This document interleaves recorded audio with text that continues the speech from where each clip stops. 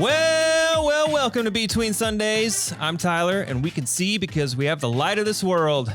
Today, we're talking about making sense out of nonsense. Dr. Milton Keys is joining us today to share about his sermon from John 11. But before we investigate why Lazarus is dead, now that they've missed the blessing because they've been smoothing things over, let's welcome in our favorite co-hosts, Marin and Barry. Good day, guys. Good day. Good day. Hello. And Dr. Milton Keys is here, everybody. Yay! What's up? Hi, y'all. Hey, Milton. How are you? I'm good. I'm excited. I'm very excited here. that you're here, too. Is Yeah. this your debut on this program? Yes, this is my debut on the podcast. Yeah. I guess last year my sermon wasn't good enough. Well, we kind of took a year off, Yeah, but yeah. we're glad that you're here now. Yeah, for sure. You're gonna get the Between Sundays bump. Yep, Right. that's This is when things just Milton was launched telling to me the that he has his stratosphere. own podcast. Yes, Advocates Embassy has a podcast that you can check out at drmjk.com. Okay. And it's about disability theology. So right now, our first season, about 6 or 7 episodes are up. You can get audio and video. Sweet. Great. Okay. Well, And you do everything. You do all the producing and everything. I do too much. Yeah. That's why it's on hiatus. Yeah. Because I do too much. Yeah. That's why you do Yeah. seasons. That's why you got to do seasons. Yeah. We're going to talk about Advocates Embassy in a couple minutes. But before we do that, guys, I want to hear what's new, what's going on. Barry, you and I had birthdays. We did. We're both 41. Yeah. Hey, 41. welcome, Ancient. guys. You've arrived at my Big age. boys. Here's what I realized Grown-up about boy.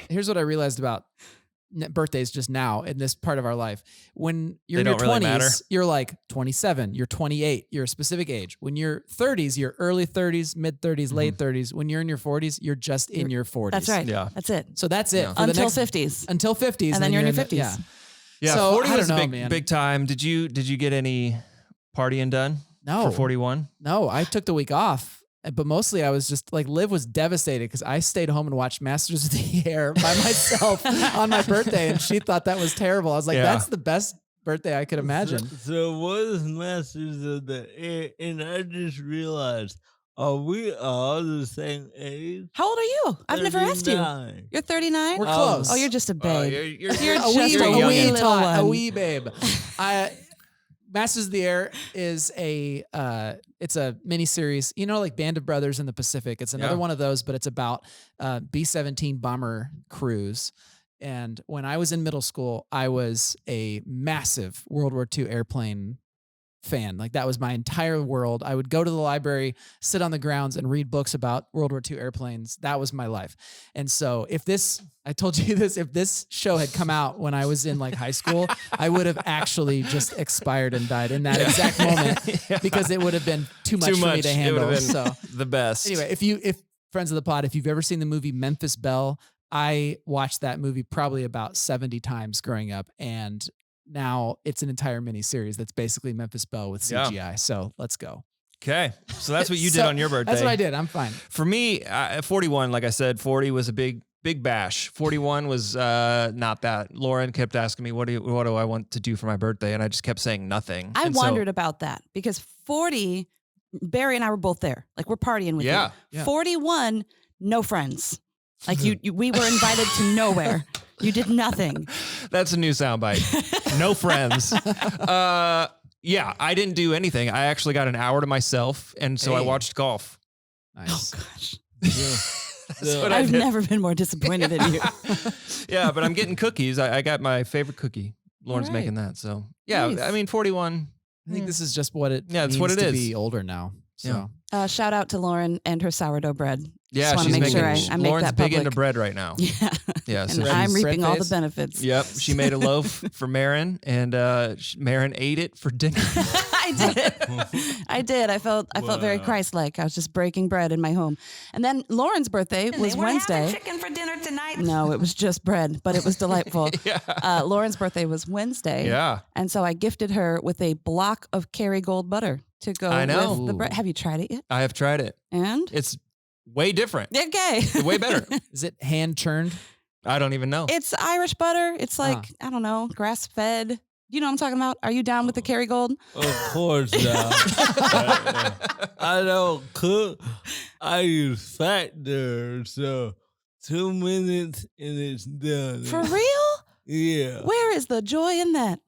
Yeah, factor's good though. It's called I'm on the way to work and I can't Yeah. eat healthy. He just got done saying he's got to do everything for the That's podcast. true, He that's doesn't have time he to does eat. too much. I got like 3 jobs, guys. Yeah. Marin, what's new with you? Well, I just came straight from Methodist Hospital. Mm-hmm. Our friends Josh and Nicole Tromenhauser. I prayed over this a couple of weeks ago at the end of the worship set. But our friend Josh, who we're all friends with, fell suddenly ill and ended up having to have both of his legs amputated from the mid-thigh down. And so it's been, I think we're on day 19, day 20, something like that, 3 weeks. of this happening. And there's ups and then there's big downs. And then there's little ups and more downs. And yesterday was a down day. So it resulted in another overnight stay at the hospital, myself and Nicole and Josh's mom. The sad part is, the really, really sad part is, I think it was Saturday, just Saturday, and recording this on a Monday. Saturday, Nicole was told that if Josh can do well over the weekend, because he was doing really well, he was extubated, he was talking, he was even able to sit in a wheelchair and roll himself around the nurse's station. Wow. If he could continue to do well, they were going to discharge him today to a rehab center. And then he didn't. And then he did not. No. Again, these things are moment by moment. Yeah. As a lot of these types of crises are.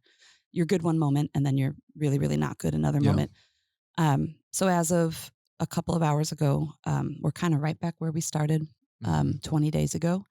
The good news is he's healthier now than he was then. When he came in. Right. So the interventions that they're doing right now, the doctors are calling them preventative. They're trying to keep him from getting any worse. Sure. And they wouldn't be throwing all this heavy artillery at him if they did not think that he had a fighting chance. So continue to pray for them. Yeah, there's a whole army of people praying, but how else can people support the family right now? Yeah, absolutely. Continue to pray for Josh and Nicole and their 4 little ones, and for Josh's mom and dad and the whole family. But also, we do have a fund set up for them.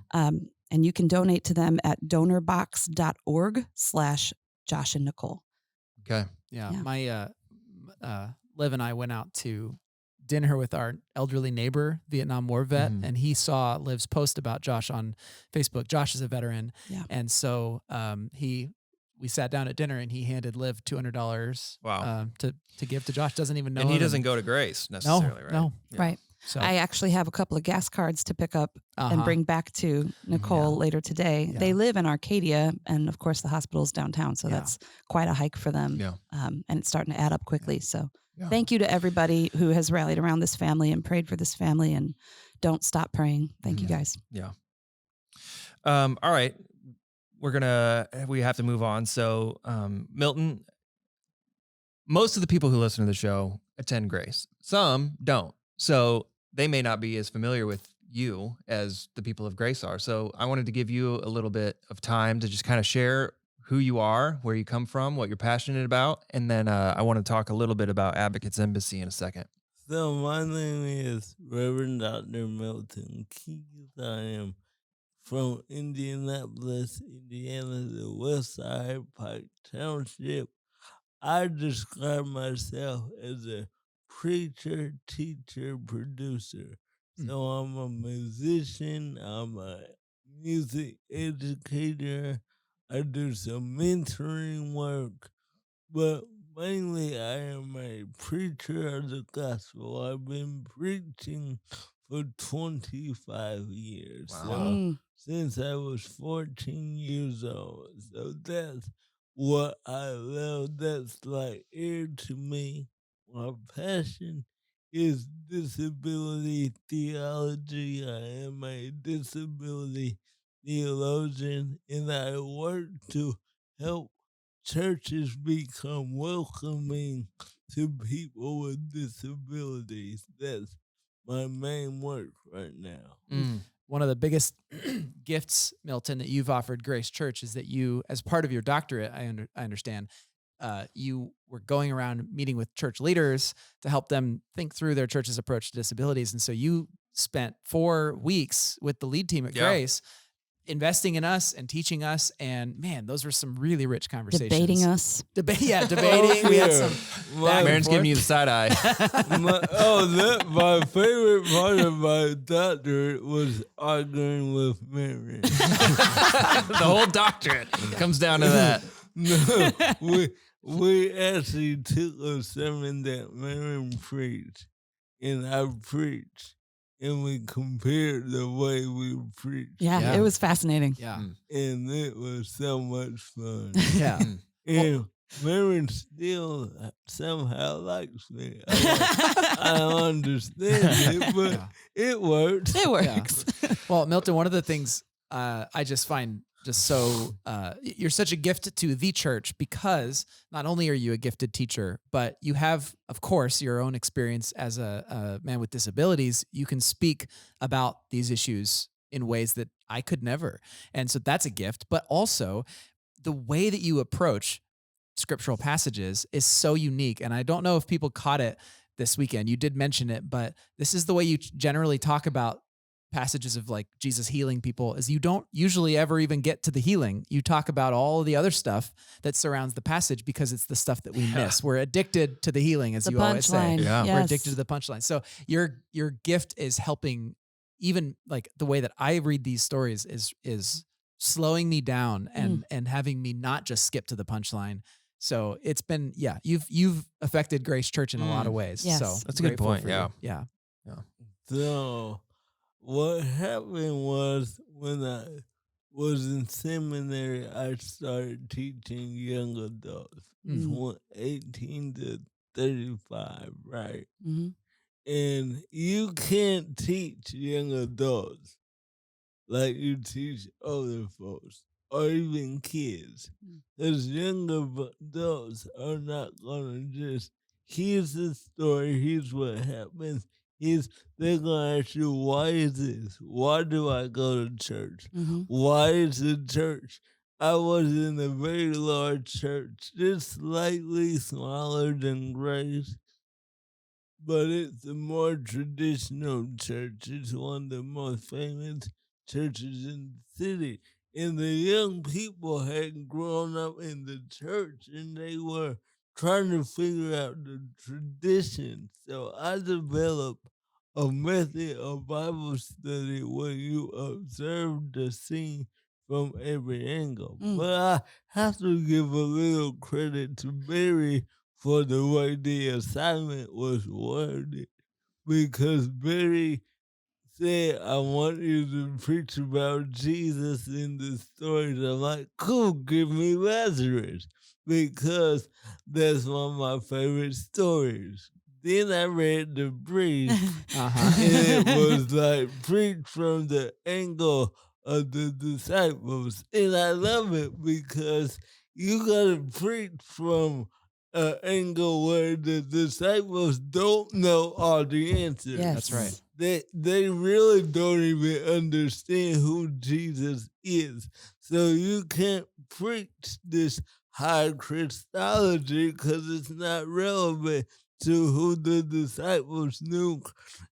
Christ was their teacher, and even if they thought he was the Messiah was a political figure. I'm a Bible nerd. Yeah. You're in good company. The Messiah was a king.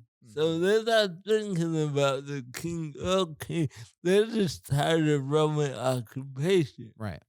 So you gotta teach that text from the perspective of somebody who really doesn't get who Jesus is. Mm-hmm.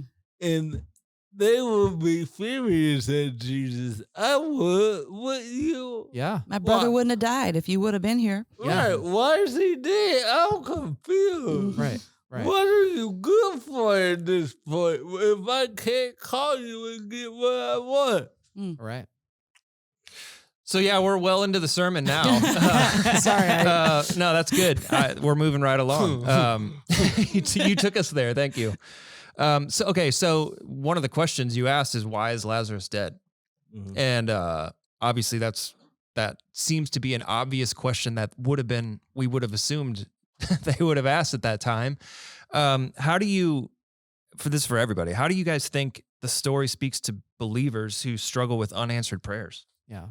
It's a good question. And Milton, you pointed out, is the woman that Jesus referred to as a dog, the Phoenician woman, is that what she's called? Yes. Yeah. So she's Phoenician, and he sends a word and her daughter's healed. And then there's the Roman centurion, Jesus sends a word and his servant is healed. And so you pointed out really, I think aptly, if he can do that, if it's within his power to just say a word and someone at a distance is healed, then he didn't even have to go to Bethany to heal Lazarus. So yeah, that's again, adds just to that confusion of, as the disciples, like, well, we've seen you do much more impressive stuff. So what is going on here? So that doesn't answer your question, Tyler. That's just and for Jesus to respond, for your sakes, I'm glad it happened this way. So Yeah. now you'll Now really what's up? see. Yeah. I love that. He's dead and I'm glad. right. For your sakes. For your sakes, yeah. For your, we ain't got And he's no defined as a time, good man. friend. Yeah, right. There's so much meat. This is why I love to look circumspectly at the text, because there's so much in the writing. Yeah. So much. Mm-hmm. Jesus is saying, because if you get into the history, Jewish people thought that when somebody died, the spirit hovered over the body for like 3 days. So what I usually say is, Jesus waited till Lazarus was dead. Yes. Right. He was dead. Yeah. He wasn't just dead. He wasn't hovering. He was dead there. There was no hope anywhere. And what Jesus, it's familiar to 1 Kings 19, the comment on Mount Carmel, when the prophet says, we're going to call down fire. And then God answers by fire. Let him be God. And then this net drenches the altar with water. He makes it fireproof. And then he calls down fire. What God is doing here is God's trying to exclusify the story. I know that's not a word, but I'm a Exclusify. That's a preacher thing. We can make up words. stuff. Yeah. Okay, so hold on. Just so I'm understanding what you're saying here, I think this is brilliant. You're saying in the same way that Elijah made the task even more impossible by soaking the offering, Jesus is making the task even more impossible by making sure Lazarus is dead. Yes. Right? Right. Okay, right. that's brilliant. Right. So you can't blame anybody else but God at this point. Whoa, yeah. And what God is doing, this is me. There's no explanation of it. I mean, I remember I broke my hip. They showed me on the x-ray the break. We prayed that night. That morning had the MRI. They were supposed to come back at like 12 and tell us what if I needed surgery. They didn't come back to 3 or 4 because they can't find the fracture no more. Oh, wow. Yeah. When did that happen? How old were you? I was about 19, 20. Wow. Going into my junior year undergrad. But these things happen. Like when Josh gets here, we're going to say, no, so you guys speak things. Y'all got me in the preaching room.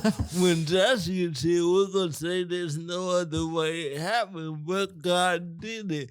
So I think God's trying to tell us that He does things in ways that we can't even explain. So that's why I love this story. Yeah. I love that you allowed us to camp out in the waiting and in the uncertainty. Thank you for not skipping to the punchline, because I did come here straight from the hospital and I couldn't help but listen to every word of your message in light of what my friends are facing. And right now, they're in the things don't make sense Yeah. time. Well, you know what I thought about and I didn't get to say, Larry? We spent half the Christian calendar in Lent or in Advent. Have you noticed Yes, that? waiting and waiting Mhm. some more. All we do as a Christian is wait. Wow. Yeah. And I'm realizing God is trying to tell us that so and this is gonna sound the way sometimes the problem is not God's waiting on himself, God's waiting on us to be ready. God's preparing us. God is preparing us. Nicole sang a song at Advent. Nicole sang a song last December at Advent. Take courage, my heart. Stay steadfast, my soul. He's in the waiting. Mm. We sat in the waiting room last night and just cried all over each other. And she said, I can't stop thinking about that song. Take courage, my heart. Stay steadfast, my soul. He's in the waiting. And you allowed us to stay in the waiting, admitting that things don't make sense. Step one, admit they don't make sense. We are well beyond step one right now. Yeah. Right. Yeah. But he's in the waiting. Can I skip to Jesus wept? Or am I Yeah, you can. Hey, man. Listen, You take it wherever you want to go. Take your time. That's what this podcast is for. You preached way shorter than any grace pastor preaches on a typical weekend. I need you to know that. I go like 34. I'm supposed to go 30. Oh, I go 37. 37. You were like 25. Wow.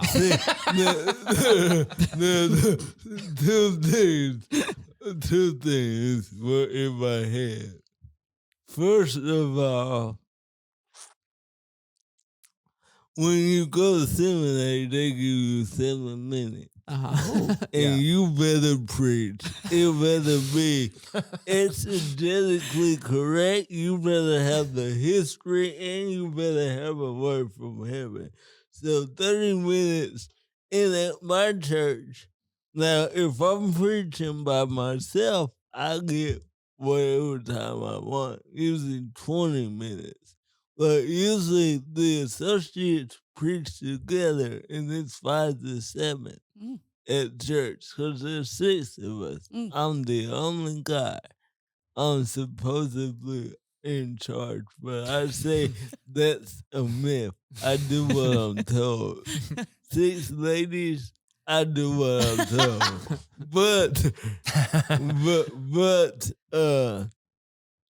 So I'm used to preaching shorter, and then you guys had this pastor of weekend experience. And the first time I preached, I got in my mind, Mary says we only get 30 minutes. She's holding you to it. But what I liked about is there's a timer on the wall. Mm-hmm. So You like that timer? here's why. Again, I've done a lot of 5-minute sermons.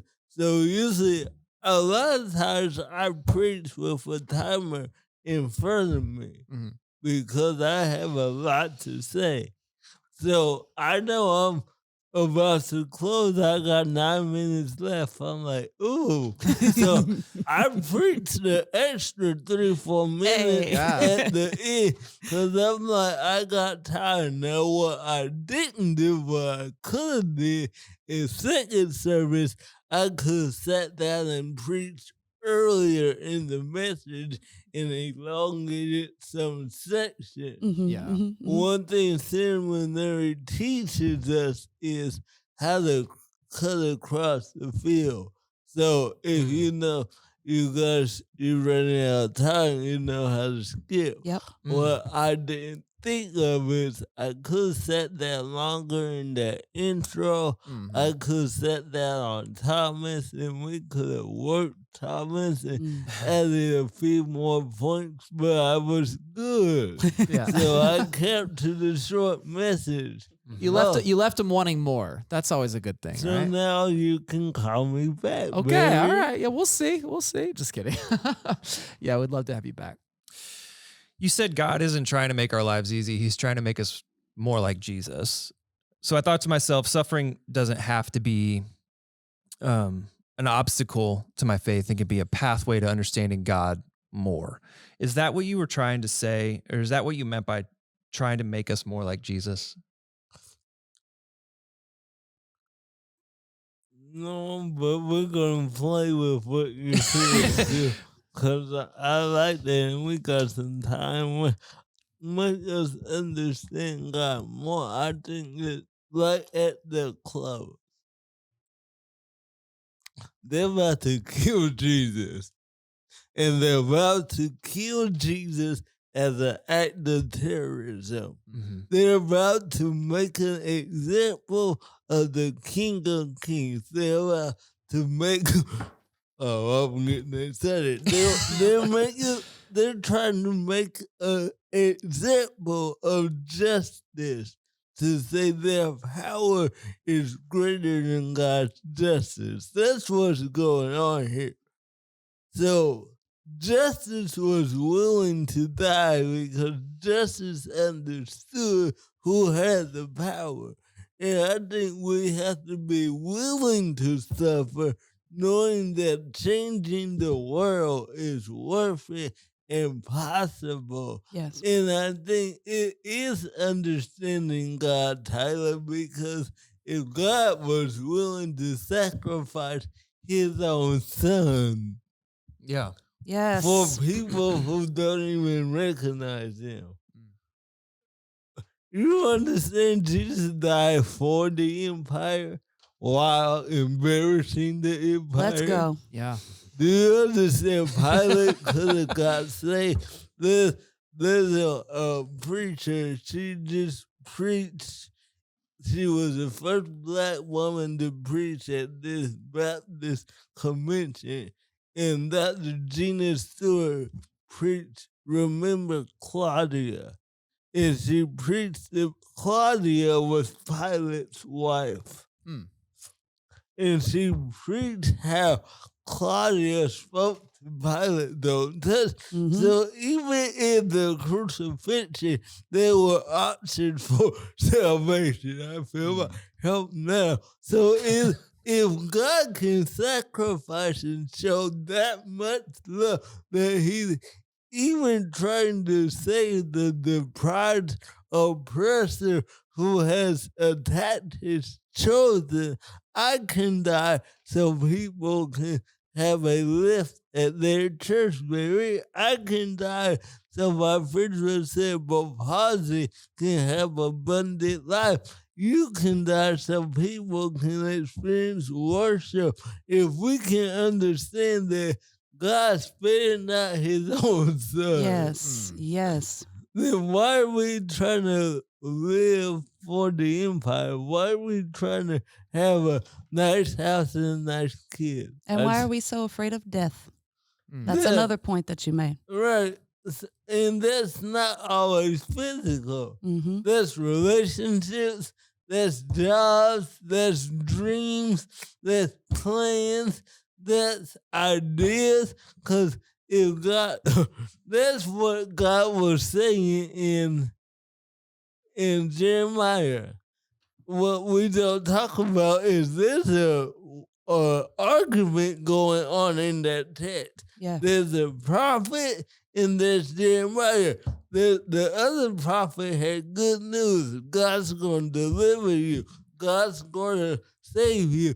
Don't make a house, just live in your tent because God's coming to get you. Jeremiah says, build houses, get married, pray for the oppressor because that's the oppressor prospers so do you. Yeah, you're going to be in the waiting a long time. You're going to wait a long time and you're going to live in the waiting. Yeah. But I know what I'm doing, so don't be afraid to wait. Oh my God. Sometimes we gotta be weary of prophets with good news. Watch out for false prophets with good news. Yeah, that's a really fascinating. It makes me want to dig in a lot more to that passage and that section of Jeremiah. But it all depends on how what your Zoom how far you're zoomed in. Because if you're just thinking from an individual level and you're an ancient Israelite who's in exile in Babylon and you're watching the god Marduk being paraded through the streets of Babylon and everyone's celebrating him and you're living in a tent, of course you're thinking, God, when are you going to fix my situation?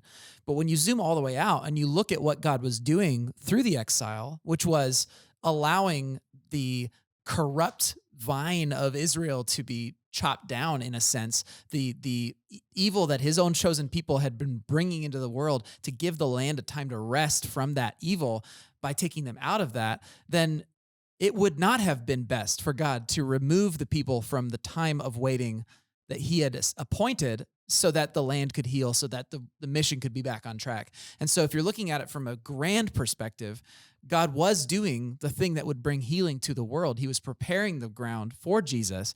But if you're an individual, then it's not possible for you to understand that bigger perspective. But what you can understand is waiting has a purpose. Yeah. There was always a purpose. Yeah. Jesus wasn't twiddling his thumbs for 2 days.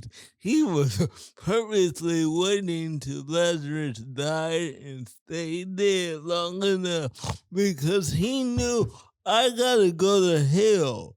So when I'm crucified, I can't just get back up. Right. So you gotta understand that while I'm dead, you're just waiting. Yeah. You can't lose hope while I'm trying to be good, Tyler. They're not making it hard. They're making it hard. It's hard to believe you have your own podcast. You don't have much to say. Right. Okay, so Jesus says, for your sakes, I'm glad I wasn't there. For now, you will really believe. Because he's about to go do a miracle. People wait a long time, and some don't ever see the miracle. So what can we do? What do we do to encourage those people? How do we encourage those people who don't? What if they have purpose in waiting and the miracle doesn't come? How do we encourage those people? That's hard. Mary, I think that question was for you. I think he was looking at you that whole time. All right, let's see what the Lord says. I think sometimes we're looking for the wrong miracle. I think sometimes my uncle passed away. And he's been sick for probably a decade. amputee. He's been in a wheelchair, dialysis. When he passed away, I was very sad, but I was also relieved. The miracle wasn't that Minister Charles Keys lived. The miracle is he's no longer in pain. He's no longer suffering. He's chilling around the throne with his parents and his aunts and uncles. He's singing the heaven he preached about. The miracle still comes. I think the miracle comes in the right way. So there's some stuff I want. I've been waiting a long time for. And we're not going to talk about those things. But at least Barry knows what that is. Yeah, I know it. But it might not come in the way I want it, but it's coming. So my encouragement is look for what God is doing. Yeah. It's a miracle that is in Nicole. That song came back to her. That's the miracle. It was a miracle you assigned the song a year ago. Don't you know God knew you would be here? Yes. That's miracles are still coming. It's a miracle that people gonna get what they need. Yeah. He's gonna have what he needs. And hallelujah, when he gets healed, he might need some disability theology. It's a miracle that 2 years ago, somebody made a call about her friend's college best friend, and now you're stuck with me. That's a miracle. Yeah. Miracles happen. Yeah. We gotta just look for them. And it might not be the one you want, the one you want. Yeah. I did not get the miracle I wanted when the Lord took my mom. Mm-hmm. That's not the miracle I wanted. The miracle I carry in my heart is when the Bible says, Jesus said to her, I am the resurrection and the life. He who believes in me, though he may die, he shall live. I believe that. I believe that. The strangest thing happened. So Josh was intubated. He was extubated last week at some point. We were all rejoicing. You know, he'd come through the worst of it, or so we thought. He was awake and able to speak for just a couple of days, but within the first hour that he was extubated, he looked at me and said, your mom was here. Josh never met my mom. Mm. Oh my goodness. And he said it, and I'm like, okay, he's just a little loopy. But then a few hours later, he said it again, your mom. And he described in detail what he had experienced. I'm holding on to that as a miracle. Wow. In this crazy whirlwind, chaotic, awful nightmare week. Maybe, just maybe, according to Josh, it was very real. He's giving me a bit of comfort that what is lost is not lost.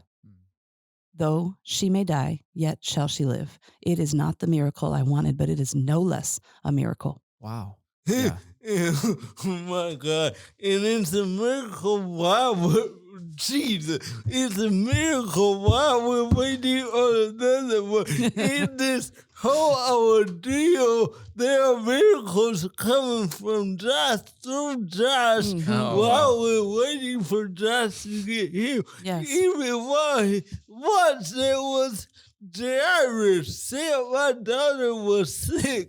Let's go heal her. On the way, there was a woman with an issue of blood. She was bleeding. I like to say, man, she was actively dying. She had no business to be out the house. She was ceremonially unclean. I feel my health. But while he was on the way to Jairus,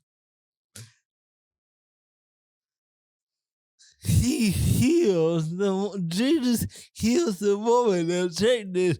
Jairus didn't get the miracle he wanted either, because the Bible declares they came to him and said, trouble the master, no more your daughter is dead.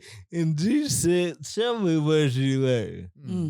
Talitha cum, damsel, arise. Yeah. Jairus didn't get the miracle he needed, but he got a 2-for-1 deal. Well, He got extra healing, and his daughter was healed. God is working while we wait. yeah.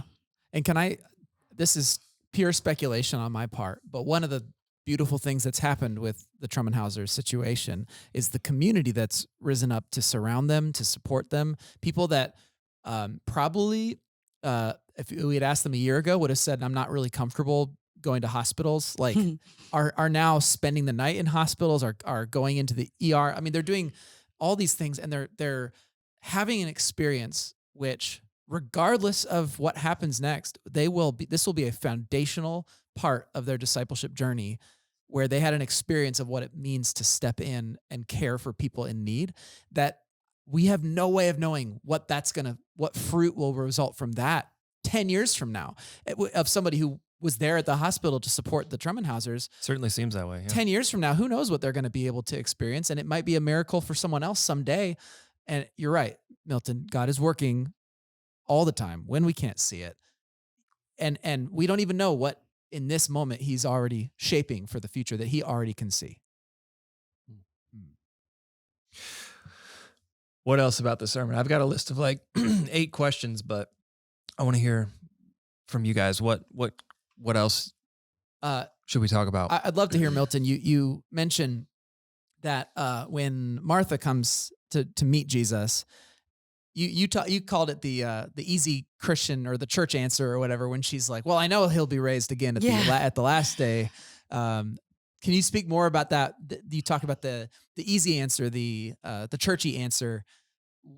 what is it like when why do we go to that? And then why shouldn't we? We want to feel better. Mm. I mean, we have this idea of church that everything's hunky dory. It's almost a self-help religion. If I go to church, I'll be fine. Yeah. Right. And the people at church are fine, so I gotta look like I'm fine. If you see, do you see when I preach this text? You can shout if you know the story immediately, cause Lazarus won't be dead. So but you skip over the feelings, and I think what God was trying to do for us, especially what we're going through in our community, is God's trying to tell us, even though it hurts, I'm here. So I think the easy answer is like when Christians used to say the therapist was easy because I got Jesus. Mm. So Jesus can't bless a therapist. Mm. So Jesus can't call a psychologist. I'm confused. Right. Jesus got to do everything, but aren't we his hands and feet? What we try to blow everything over, and that's why, man, it's so important that we sat in the beginning and we sat there, and I wouldn't move, and you can feel in the room he's about to preach, he's gonna take us to the grave and raise life. Let him stay in the tomb, cause you know he's gonna get up. But you don't know when your miracle's coming. Mm-hmm. And even though you know Lazarus is going to get up, help me, Holy Spirit, you still mad at God because you don't see your miracle. And that's just a fact. Yeah. Yeah. I hate to do this, but we got to wrap. Milton, you've got a heart out. I've got a heart out. I got to pick kids up from school. And I gotta go mentor kids. Yeah. So, Barry, Good where do excuses. we go next? Okay. Actually, this coming week is something that I'm doing as a gift to Marin specifically, because she's made comments. You're welcome. Many times in the past about the fact that on Palm Sunday Yes! we don't talk Oh. about the triumphal entry on Palm Sunday, and so this time around That's we what are we're doing? talking. Amy is going to be Ooh. preaching about the triumphal entry on Palm Sunday. Maybe we can even have all the kids from Grace Oh, Kids this is the greatest walk down gift with you've little- ever given me, Barry. Just kidding. I think it's a Wow. little too late for that. But wouldn't that be cute? Have all the kids come in with palm branches Yeah. and maybe we could get one of those llamas. That'd be good. One of my absolute favorite church life memories Yeah. was when my son on a Palm Sunday was playing the bongos with one hand and waving a palm in the other. Oh my. And then there was another time we drove home from church and we opened the sunroof and both of my kids were waving their palms out the sunroof Yeah, of I'm our getting deja minivan. vu of this too in my life. Like I remember growing up and having the palm leaves too. Here's what I don't understand. Why don't you have palms? How can you not have palms, Larry? What? On Palm Sunday? Thank you. Well, This.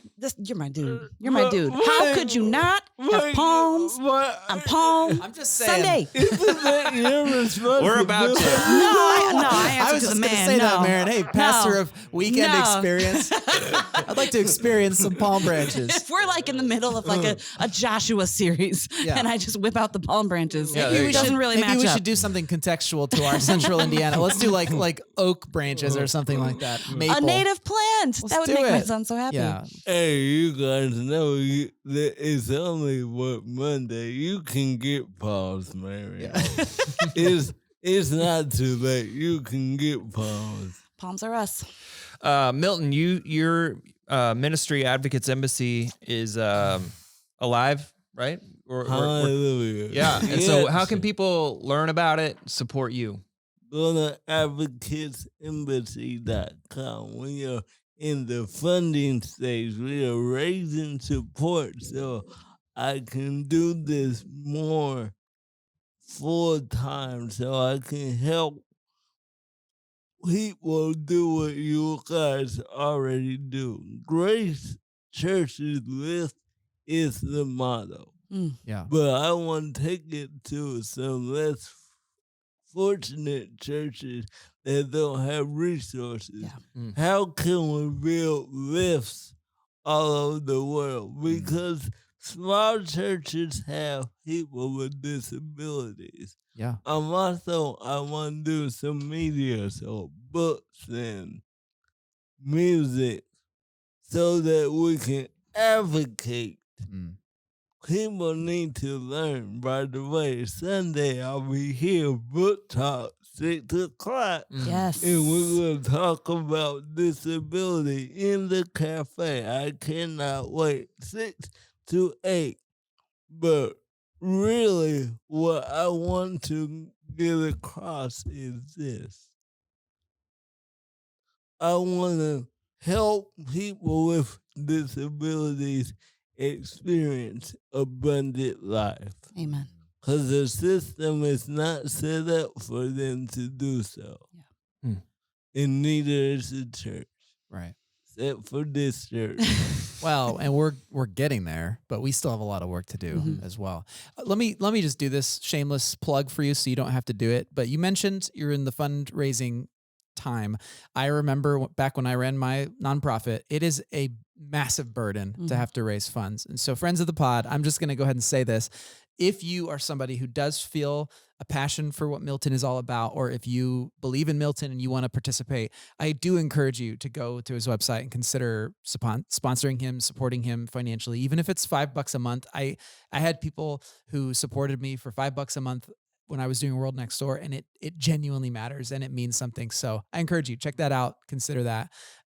Milton, we believe in you, and we're very excited to see what this ministry becomes. advocatesembassy.com. Milton, thank you so much for being here. You got to come back, because I feel like we got some unfinished business. I can't wait. Awesome. All right, so we'll be back next week, hopefully with palms. But at the very least, with Amy. Yeah, with Amy. Oh yeah, Amy will her triumphant return to the her pod will be like, triumphal entry to the pod. Yeah. All right, Maren, will you please send us out? I will. Do justly, love mercy, and walk humbly with your God. And we'll see you on the other side of Sunday.